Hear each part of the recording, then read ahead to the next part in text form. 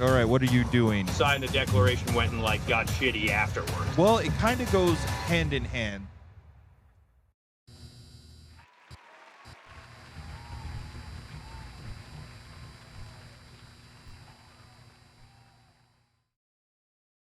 Hi, everyone. This week, we have Skookillbilly here at Crash City. How are you doing? Great, I'm happy to be here. This is awesome. Stoked, ready to go.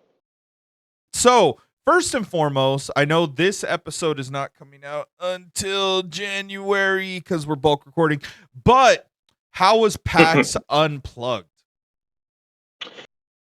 Was sweet. So this is my first year doing the whole like convention circuit. So PAX East was my very first like convention really ever, right? So I did PAX East, Gen Con, and then Unplugged. And Unplugged is like, I guess now after having gone, going to hold a special place in my heart, mostly because it's in Philly and I am a PA native. So it's like right down the street. And I love Philadelphia. I love being there. But the vibe there was just, I think, on a different level because there's like so much going on at Gen Con. And then PAX East is like kind of like indie video games and TTRPGs and trading card games. Whereas like Unplugged, it was like a lot more focus on TTRPGs and trading card games. But like, yeah, the vibe was just like way better. I got to meet a lot of people that I've wanted to like touch base with, network with, stuff like that. So that was dope. Yeah, just all around, it was like a really good time. I had a blast there. We actually PAX Unplugged is where we like launched our concept of the Banished, right? Which is where it's a company that's based on making art. And can I cuss? Am I allowed to swear? You're Is allowed. that Yeah. okay? So like the slogan for the Banished is "Make art, fuck profit," because the entire goal is we sell merch, we sell dope tees, hats. There's even a sports bra, I think, in the shop. I'm not sure, but there's a lot of cool stuff. Yeah. And all the proceeds from the merch sales go towards funding, smaller creators that are ambitious, they got great ideas, and getting them to cons and helping, back these ideas that they have. So PAX Unplugged was like our launch point for that. We brought 13 creators to the con, which was is a lot. That's like housing, some travel costs were covered, and those are people that otherwise would miss out on the networking, which is a huge part of it, at the con and like meeting, with other companies and stuff like that. So it's a really big part of trying to launch, either your product, your brand, or your ideas. So we were happy, we were stoked to be able to do that for those 13 creators. So yeah. Primarily TTRPG creators. Are they also card creators? Like what does the Banished do? What is the kind of limit for the Banished? Say like we definitely Dungeons and Dragons is what brought like everybody together. I mean the TTRPGs because like the people so far that have been involved with it are not exclusively like, oh, I only make Dungeons and Dragons content, right? Like they play other TTRPGs, and some of them, one or two of them, are designers or game designers, right? So they are like actively working on their own games or have their own games out.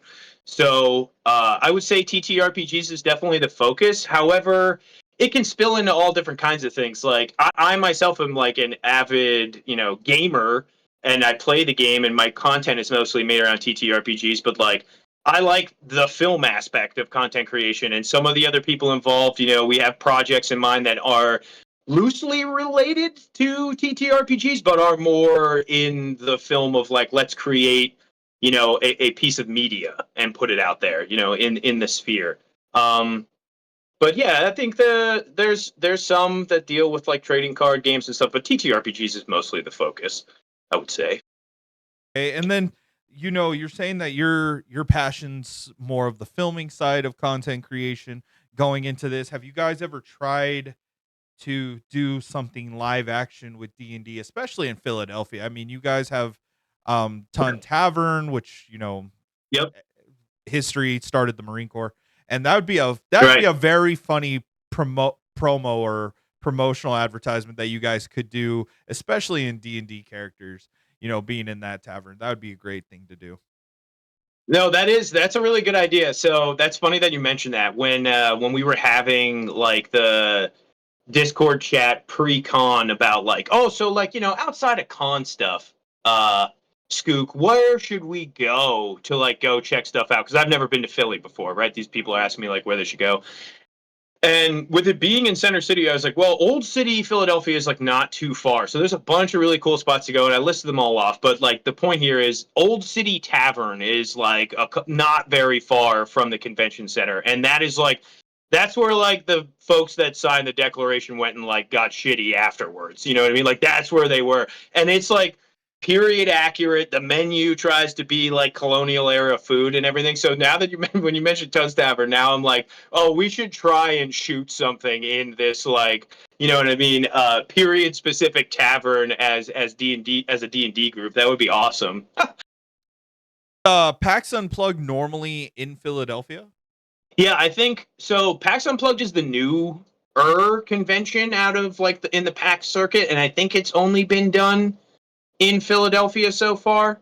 So I honestly, like I said, this is my first time like doing the tour, so I'm not like super up to date on like con history at all. Like I remember when I went to Gen Con, I was just like, wasn't this like, didn't like Gary Gygax start this in like the Hotel Marriott Airport, like banquet hall or something like that? I don't know. I don't know any of it, but yeah, I think Philly is where it's always been. I'm thinking like, what would be hilarious, especially for having the Banished, if you have no football fans in that, in your company at all, is filming a promotion in front of Lincoln Financial Field, home of the Eagles, and being like, why don't we just Yeah, play in here? They don't do anything with yeah, it. yeah, And yeah. it's like, it'd be hilarious. I think it'd be funny. No, that would be so. I tried to I pitched a like "It's Always Sunny" intro to a Yeah. couple of like Banished videos. Yeah, yeah, yeah, right. Uh, and of course, like every week we like talked about like planning content out, but herding content creators or organizing content creators is like herding cats. Sometimes, like it's everybody's like, well, I gotta go, like see so and so, I gotta go do this, and it's like, all right, well, we talked about shooting this or doing that, and plans fall apart, but that is funny. We do have one of the members, Dakota. She is an avid Minnesota Vikings fan and an insane football buff. Like I played football, actively watch football. I'm not like into fantasy football or anything, but I watch the Birds play as often as I can. I watch PSU lose week after week all the time. She knows like every player I think that's ever existed ever, and I'm like, oh, this girl knows ball. So yeah, we got some football heads in the Banish for sure. Let's talk about your history in content creation. What got you into D&D? What got you into actually starting to film and make content? I got into D&D. Wow, when I think it would have been like 2007, 2008. I was I think 13, 12 or 13 at the time. So I was very much like I grew up in the sticks here in Pennsylvania, like literally the backwoods, and we played on our buddy's farm a lot of like we played army, we played knights, like you're running around in the woods with like sticks, playing make believe and stuff, and like that's what we did. We built forts, the whole thing, and they rented out a farmhouse, and the one day a family moved in there, and there was two brothers and a sister, and they were both around our age, and they were like, "Oh, have you guys ever played Dungeons?" We're playing like make believe with them, and they're like, "Have you guys ever played Dungeons and Dragons before?" And I remember my buddy and Chris and I being like, we saw it on Robot Chicken once, but we've never played it. Yeah, right. So we were like, yeah, but like we've heard about it. We've like, and they were like, oh, well, we know how to play, so we'll like show you guys. And and the one brother Theo pitched it to us, and he's like, you basically just make a character, and then somebody in the group plays is like the world. I think he used like a video game analogy. He was like, yeah, it's just like any of those other games where like you make a character, but instead of a computer or the Xbox running it, a person runs all of the monsters, runs all the people. And we were like, oh, dude, that sounds incredible, because like at that stage of gaming, you know whenever you're playing like an RPG, there's always something you want to do that the game didn't anticipate, and right, because you only have like so many options you can take. So then it was like, oh, you could do whatever you want, and then we just roll dice and it determines whether or not you succeed or fail. And we jumped right into that. I mean, that went from like if we got a snow day or whatever, we were playing D&D. If everybody was like, the sun went down, it was a rain day, something we weren't outside in the summer, we were playing D&D. Like that's what we were doing. And we didn't have any of the core rule books. We had none of that. It was literally just like you wrote your guy's name down on a piece of paper, and we knew the ability stuff, and we just rolled a d6 for everything. We didn't even have like d20s or whatnot. We were playing with like a risk board, to put like figurines on and stuff like that. Yeah, it was the most like redneck engineered version of Dungeons and Dragons, and I honestly kind of miss that as opposed to like where I am now with it in the hobby with like buying all these miniatures. You got to have all these books. And I was like, no, dude, you don't even need any of that. You just need an imagination and a math rock, and you could do whatever, you know? But that's how I got into D&D. And then as far as like the content stuff goes, also, sorry, I'm an absolute yapper. I will just, Love it. just let it rip. Okay. All right. Yeah. So don't be afraid to just cut me off at any point, because I just talk. I wanted to get into content creation back in like 2018. My sister had sent me a message and she was like, "Hey, if you ever thought about like doing D&D somewhere other than YouTube, because YouTube is super intimidating, right?" She was like, "There's this new app. It's gonna be like the new Vine. It's called TikTok. You should check it out." And I downloaded it and I went on and I was like, "This is just people like lip syncing in like 4x speed. They're like moving around all gangly, like doing, and memes and stuff like that." And I think you could only record like 15 seconds when it first came out. Like that's all the longer a video could be. And I was like, I am too either dumb or long winded to condense what it is I'm trying to say in a 15-second format. So I never got around to it. COVID hits, and I'm like back on social media more than ever. And I don't know. I was like nervous about pulling the trigger, and I didn't do it. Fast forward to 2023, my daughter is born in August, and then right around December. So I work construction. Usually get laid off in the winter, Mhm. and I got laid off, and I was like, how do I justify raising my daughter under the premise of like, you should always pursue your dreams, you should always do what it is you want to do with your life, like don't be afraid to do what you want to do, when there's this thing that I've been putting off doing for like 5 years at this point. So I was like, screw it, we're going for it. And I just started uploading content, and my first handful of videos were terrible. But it's like a game then at that point, like you put it up there and you're like, oh, like what could I do better? All right, I'm going to try this. Okay, that didn't work. Oh, this got like people liked this. I'll try that, and like now here I am where I'm at right now, almost 2 years later. So yeah, that's how I got into it, and yeah, just stoked with all of that. Where did the new versus veteran, new versus bad, new versus everything come into play?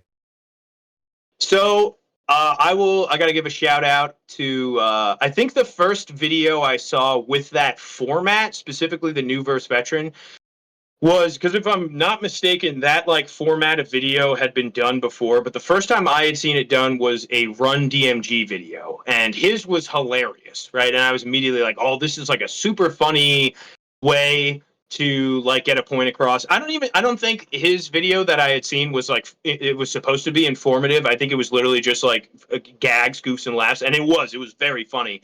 And I was like, I'm gonna try it. Like, he's a bigger creator. Nobody's gonna care if I rip this format and like give it a whirl, right? And I did, and like the first few like were okay, and then I got more into like, all right, I'm gonna try and like combine poking fun at certain tropes in the hobby while also trying to be like kind of informative. You know what I mean? Like this is what I do, as somebody who's been playing for 20 plus years, which people online will tell you does not constitute a veteran. Apparently, I don't know. That's hotly debated in the comments all the time, whether or not the advice I give is coming from a real veteran. But I started that, and that took off. People bid on it. They liked it. So I started with that, and then over time it evolved outside of just the new verse veteran to like somebody in the comments was like, hey, I'm a newer dungeon master. Could you do like an example of like, moments where you're questioning as a new DM if you're doing the right thing or like being an ass or like, like crossing a line, like something you would worry about in juxtaposed by someone who is like a bad dungeon master so that you could see like, oh, okay, I'm not that guy. It's okay for me to be worried about this thing or like call something into question if I do it this way. As long as I don't do it that way, it's okay. So, and then from there I just kind of like teetered around with that format a little bit, and it's been a lot of fun doing that. Oh, I can definitely tell you have fun doing that. The way that I saw one of your first videos was a new DM versus a veteran DM, and the new DM's like, "All right, what are you doing?" Doesn't really give detail, doesn't really do too much, is kind of nervous, and then the veteran DM just goes completely detail on any situation possible, whether it's walking, breathing, asking questions. I think is what I saw. Notice somebody Yep. has a stutter, they have a bit of sweat on the side of their head, and I was like, "Damn, I would have never thought of adding that." Yeah, I think so. That the descriptive stuff is one that usually does like pretty well with audiences, and I feel like it's exactly like you just said, right? Like I wouldn't have thought to kind of add that level of detail to try and get a scene across, because like especially now with where the hobby is at, it is more than ever, in my opinion, story focused, right? Like I when I started playing D&D, it was a dungeon crawler, right? Like 3.5 is where I got my start, and it was like, oh yeah, dude, no, you're gonna build some absolutely insane adventurer who is just like who goes from being like, oh no, a goblin hit me with his hand axe in the knee and now I might lose my leg, to like an absolute meat grinder of a character, right? By level 15. Where and like maybe there's a story attached to this, to where it is now, where like most people that are into the hobby are like, yeah, honestly, the prevailing opinion I hear a lot of the time is from people that they don't really care for the combat at all. They care more about the story, which is like totally fine. I absolutely get that, 100%. I'm a bit of a combat bro myself. I like rolling dice, and I still like clearing dungeons, but as someone who enjoys movies and reads books and likes entertaining, the story aspect and the acting is always something that like I find enjoyment in too. So I like to do I'm going to sound cheesy as hell here, but I like to do both. So it's a little bit of each, and so those, like, again, those kinds of like, here's moments where you can add a little bit extra description to get the point of the scene across to your players usually resonates well with viewers. And so when I had Diana of the Rose on, we actually had that debate, ironically enough, where I told her I'm Oh, more story based. If you can't tell by my background, I enjoy the story more than combat. yeah. And she was like, "Well, it kind of goes hand in hand. The game started Hmm. based off combat, but nowadays it is more story based." Um, when you're building your campaign, how do you format Ooh, okay, great question. So when I first started DMing, like as a kid, everything was just like off the top of my head. Like I'd have a loose idea. Like I remember the one time I was like, oh, I want to run like an adventure that takes place in like Sleepy Hollow almost, right? It's like this like kind of quaint New England town. There's a ghost lady on the lake, and then it turns out she was like in love with this vampire dude who's got a weird castle outside of town. So like the players are going back and forth trying to figure out who this lady is, and everybody in town keeps saying about the castle. They go there, then it turns into a dungeon. But most of it was like all off the top of my head. A lot of it was just like, you're a kid, so like your imagination is the best point it's ever going to be, because it's totally biased by being an adult. Um, to I went from that, weirdly enough, to doing like the adventure modules, the stuff that Wizards of the Coast puts out. And I think in part that was due to like when other people would dungeon master, like other friends of ours, and again, we're kids here. Um, I remember being like, there's got to be a better way for this to have like structure, because like it? we'd be like, oh, well, I want to go like do this. And they'd be like, ah. no, you can't. You know what I mean? Or like, you know what I mean? Like you wanted to go, or like you'd be excited about like a certain plot point and go to explore it, and then it would just like turn, the door you think you're opening to the rest of the story ends up being like a broom closet. There's no depth to it at all, right? It just like kind of ended there. So I remember I got a hold of what was it, the 3.5 Barrow of the Forgotten King, thinking like, oh, this is gonna be great. Like, there's a story. It's written by a team. And it turned out that that specific module was actually just like a mega dungeon with a very, very thinly veiled story to it. So I bought one that was completely counterintuitive to what I was trying to do. Fun adventure. But anyway, fast forward to now. I don't run pre-made stuff too much. If I do, it's honestly old 3.5 modules that I get a hand down and rework. But as far as campaign formatting goes, um, I figure out I'm the end of my campaign is really where I start. Like, how does this story kind of come to a close, right? And I will back work off of that to the beginning very loosely. Like, I do not try to account for a lot. I try to minimize how much it is that I'm even going to come down with. I know where I kind of want the story to end, and then I want to figure out how that story that ends that way started in the first place. And then the rest of it, I really leave up to my players. Like, I know somebody put it really succinctly one time, and this is how I try to describe it. What was it? I know what will happen if my players do nothing, right? If my players do absolutely nothing at all. And then I introduce them to the story and just manage where it goes from there, right? And that has been, whew, man, I mean, I went from like thinking you needed to have notebooks full of stuff to like be ready and prepared to like, oh no, I can handle whatever you throw at me, homie, because I know what happens outside of whatever it is you're going to do? So that's where I'm at now.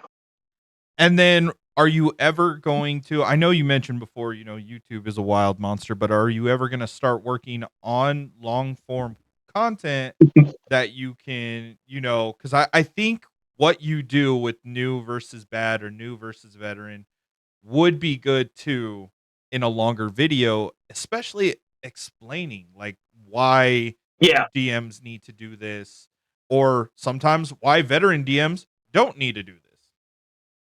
correct. So you're 100% right. That has been, I think, one of the so where do I want to start with this?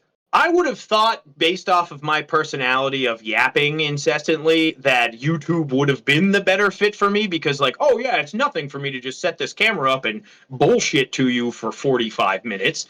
Uh, but I liked the like I don't know how to. I liked how short form content was more punchy. Mhm. I'm not a super big consumer of like the YouTube essays. I will watch some, but like especially when it comes to D&D, like I've watched like some of Matt Colville stuff, but I'm not super well versed in a lot of like the D&D tubers on that platform because I don't.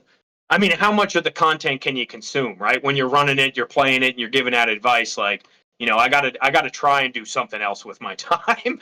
um, but yeah, I have plans to launch into YouTube long form content. I mean, I have so far shot like 3 videos and then did not like them and edited them down to a point where I was like, well, I could just break this into segments and post it on short form platforms instead. So that happened. But it's just like you said, with the new verse veteran probably doing well on there, because one of the bigger issues, like you hit on, is the context, right? An explanation behind like the thinking, right? Um, I like them to be in a skit format. I like shooting the skits. So I have kind of tossed around the idea because I also do a like new versus veteran player D&D player series of like shooting it like we're at the table playing and these certain situations arise and you get to see the cause and response, as the game is being played from these different viewpoints of like either a new DM with veteran players or a veteran DM with newer players. and them expanding upon, the reasoning behind why they're doing what they're doing. So it's just honestly, it's really just a matter of scheduling. I work like 60 hours a week at my job, and then I have a 2-year-old daughter and a fiance. So I Sundays are the days I have a 2-hour block where I shoot all my content, and that's what we get for the week, right? So we're working on it, but eventually I'd like to start making long form. Yeah. I like the way that, and I'm gonna use this video a lot because it was my favorite. Is the way you talk about, seeing a character lie, and you were like, yeah, he's shuffling in his something in his pocket. You're paying attention to these small, minute details. And the campaigns that I've gone through, I go back now and I look and I'm like, yeah, they gave every indication that this player was saying this or doing this or blah blah blah. I just never paid attention. How many times do you have players come up and ask you for advice or ask you, hey, can you look over this? Am I missing something, or what detail should I add?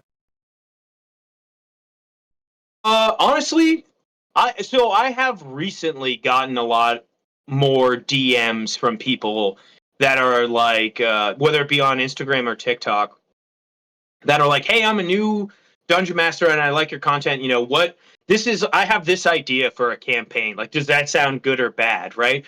And to those, I always say, like, honestly, for the most part, there really is no like bad idea for a campaign. And I know that that could be something people dogpile on, but it's like the nuance of the situation, the context, right? So, like, if you have an idea for a campaign that you're unsure about, like, you just understanding who you're playing with is going to give you a better idea of like whether or not that's going to be a good fit for that game. So those are, yeah, I try to answer those questions as much as possible of people like looking for advice, and even like the play, like sometimes I'll get players that like shoot in and like, hey, it's my first time like playing D&D. What do I need to be ready, for game night? And honestly, my biggest advice to those people has always been just like showing up and trying, like just showing that you give a crap about the game that's being played will take you a long way in your Dungeons and Dragons or TTRPG career, because it's really no bigger defeat, I think, to any game master than like putting a lot of work into a game and having people that are like,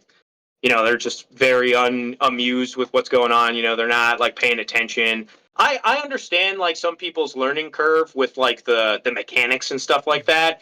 And some people are accompanying to that and try to help out, and other people, there's a very like, well, it's your responsibility to learn this. And like, again, there's a gray area with that too. Like some people it doesn't make sense to, and other people are just being lazy. Where do you categorize everyone, right? Uh but yeah, on the advice category, I mean, that's only been like recently have I had people reaching out for like specific stuff, but I try and like, help them out however best I can. If that answers your question. It does. Um, so for like myself, I've only gotten to do a couple of one shots, never gotten to finish a campaign. My partner, she's currently on her finishing her second or third one, and Nice. it's one of those things where I'm still learning the mechanics. I'm still trying to figure out what I can do, what I can't do, what situations are, this, that, or the other.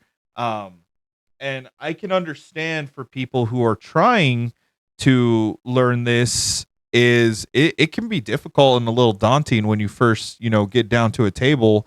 What is Oh yeah. Have you ever had somebody that was completely outside of D&D, you know, try to join your campaign for the very first time? Yeah, I've had a good number of people so over the years. So uh circling back to growing up in Bumblefuck, Pennsylvania, it's a very small town, and so like I knew all of the other nerds in my school, right? Like everybody, you knew who wanted. I graduated in a class of like I think it was like 202 people, right? Like that was it's a very small school. Uh, and growing up, then growing up as a kid, it was kind of like limited, but like once I came home from the army in like 2014, 2015, some of my buddies that I used to hang out with were still around, and they're like, dude, we got to get a D&D game going. And I was like, all right, hell yeah. Yeah. Like absolutely. Let's do it. So we started a game, and very quickly, like we're 21, 22, so like some of them, people's girlfriends would come along because it was all. I mean, it was not a. It was all. It was all my buddies, so it's all dudes. We're in this small town, and they would bring their girlfriends, and then their girl. They. I remember at one point we went to like the local watering hole where we all went to drink, and like two people, a guy and his girlfriend, had come up and they were like, hey, we're friends with Alex's girlfriend, and she told us that you play D&D. We've always wanted to try it. Can we play? And I was like, oh yeah, absolutely, like you could totally play. And then they were like, can we come and just like watch you guys play a session and then like figure out whether or not we want to do it? So I was like, yeah, absolutely, like come on over. They came, watched a game, and they were like, yeah, we definitely want to play. So I was like, all right, cool, like we'll put together a little one shot with like some of these guys. Bring, if you have other friends that want to play, bring them. And then that like spread like wildfire over the course of like 2 years. So I had a lot of people being like people that had no like interest, like they, like people who hadn't ever played a game of Magic the Gathering. They never played, they hadn't watched The Lord of the Rings, because this is also then like now I think it was like, when did, I don't remember when the first season of Stranger Things came out. I want to say it was like 2016, 2017, Yeah.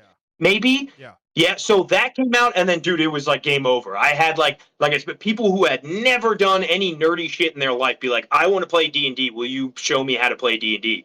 And I was like, yeah, absolutely. Like let's do it. One of my favorite stories to tell about that, about like people who don't play D&D, who aren't really into like nerd stuff, experiencing D&D. We were playing the 3.5 module, the Red Hand of Doom, and they had just gotten to this sunken city. And it's like it's a really cool part of the campaign. You got to go and you fight like a portion of this uh, army that's like trying to bring Tiamat in. They have what's called a Worm Lord there, who's like a lieutenant. It's a Goblin Ranger with a Black Dragon mount. So he's just like fly. Yeah, yeah, yeah. No, it's super tight. So like you're having to navigate across the rooftops of these sunken buildings from an old like ancient elven city while fighting a goblin that's riding a black dragon, and a host of like goblin or hobgoblin like soldiers are trying to get to you too across the roof. Super awesome fight, right? And it's very important too because there's like a key item that you get from him, and they knew that he had it. So it's me, and I think there was 5 of them. And we were all supposed to go out to the bar later on, right? Mhm. And we started playing, I think, at like 6 o'clock at night. Well, fast forward to like 9:30. People that were supposed to meet us there just came to my house then, right? So I had like, there's what, the 5 or 6 of us. At one point, there was like 11 people out on the deck of my house watching us play D&D. And like, I'm really into the game at the point. I'm not like, I know these people. I'm just like, yeah, hey, thanks for coming. There's beer in the fridge, like blah blah blah. Make yourselves at home. I'm focused on this game. And then I remember like being like, oh my god, there's like 6 other people here just watching this. And I like turned to look, and they're all into it. They're all like laser focused, like watching, like. And this is in 3.5, so there's a lot of like crunchy number rolls and stuff going on. But just from me narrating what was going on and the players being hyped up, like they were into it. And then after that session was like, yeah, I don't know. I've probably introduced like over that period of time like 50 some people to the hobby, just like in from my hometown alone. So yeah, that was like one of my favorite moments of all time. That's insane, dude. That's got to say something to your storytelling, at least. Thank you, thank you. I'm not one to pat myself on the back, but I remember being like, this is one of those moments where you're like, I made it. So yeah, I like that. I want to ask real quick, what was your MOS? I was 11 Bravo Oh, okay. infantry. Okay. Yeah, Did you yeah. serve all? Did you just serve one regular contract, or did you extend? Yep, just did one. I just did one enlistment. Yeah, one and done. Again, like growing up, in like the backwoods where there's not a lot going on. It was like, you could either like you go to college on a scholarship, you go to college because your parents got money, or you go to work or join the military, right? And My views on society and my own personal beliefs are drastically different than what I had at the age of 18. But at that point in time, I do remember, from reading uh, books where it's always like the young boy who's strong and capable, who's got to stand up and defend, the homeland or whatever, was like, if you're an able-bodied male in the time of war, like you should go and do your civic duty or whatever, at the time. Then later on, I would be like, oh yeah, this, war was not anything that needed to. Yeah, right. So it was an experience that I have mixed viewpoints about. Am I glad that I did it? Yes, because it got me to where I am now with like, oh, now I have a better understanding of what the government actually is and what is going on than I would have, I think, if I hadn't done that. So, yeah. Wait, so what years did you actually serve? I graduated high school in 2011, and that's when I left was in August of 2011, and then I did basic, I did jump school, and then I started my service in, I think it was February of 2012. Cool. I love the Yeah. views that are that the GWAT vets have. I love y'all so much because y'all are like, yeah, this was interesting. I love it. I love hearing it all the time. Yeah, I definitely think that it's funny to see how many people now, like, I keep in touch with a lot of buddies, and it's funny, like, the way it skews your viewpoint, like, when you get out, like, where you kind of land. But even, not to get, like, jump into politics or whatever, there's things that like are agreed upon unanimously whether or not you're over here or over here, which I find Mhm. interesting. You know what I mean? And it's only because you went and did that, and like even though you disagree fundamentally on a lot of things, you're like, "Oh no, that was stupid." Like that was not, you know what I mean? Like that this was unnecessary, right? Like it's funny how that kind of works like out that way. Well, that's awesome. Thank you for your service. I know you guys usually hate hearing that just because you're like, we only did our job. That's really what it was. But yeah, thank you for your service. So, as we begin to wind down, where can everyone find you? And most importantly, where can everybody find the Banished? So you can find me on TikTok, Instagram, YouTube Shorts under Skookillbilly. Uh, I will continue to post there mostly. That's where I thrive. I'm going to be trying to get into long form, so also on YouTube. Um, I've been kicking around. I am an avid gamer, Mhm. unsurprisingly, and been kicking around. I don't think I'm ready yet to a point where I'm going to start doing a lot of like Twitch streams and stuff. I've been like clipping some things, maybe a TikTok live or two here or there, kind of low impact. Basically just chilling out, playing games and talking shop. But that is something to be mindful of looking forward or going forward if you're trying to find me online. But the real takeaway here, the Banished, we'll be posting some content under the handle The Banished across the various short form platforms. But if you are a super dope, cool homie and want to purchase one of these sick pieces of merch, you can find them over at thebanished.store. Uh, if you can't find the link, there is a link in my bio on all of my platforms that'll take you directly there. And if you do that, I kind of get to brag to the rest of the creators that I brought the most people in to go buy stuff. So, like, if you're trying to hook your boy up here, show me some love. Well, ladies and gentlemen, this was my conversation with Skookillbilly, and we will see each and every one of you in our next videos. Bye, guys. See ya.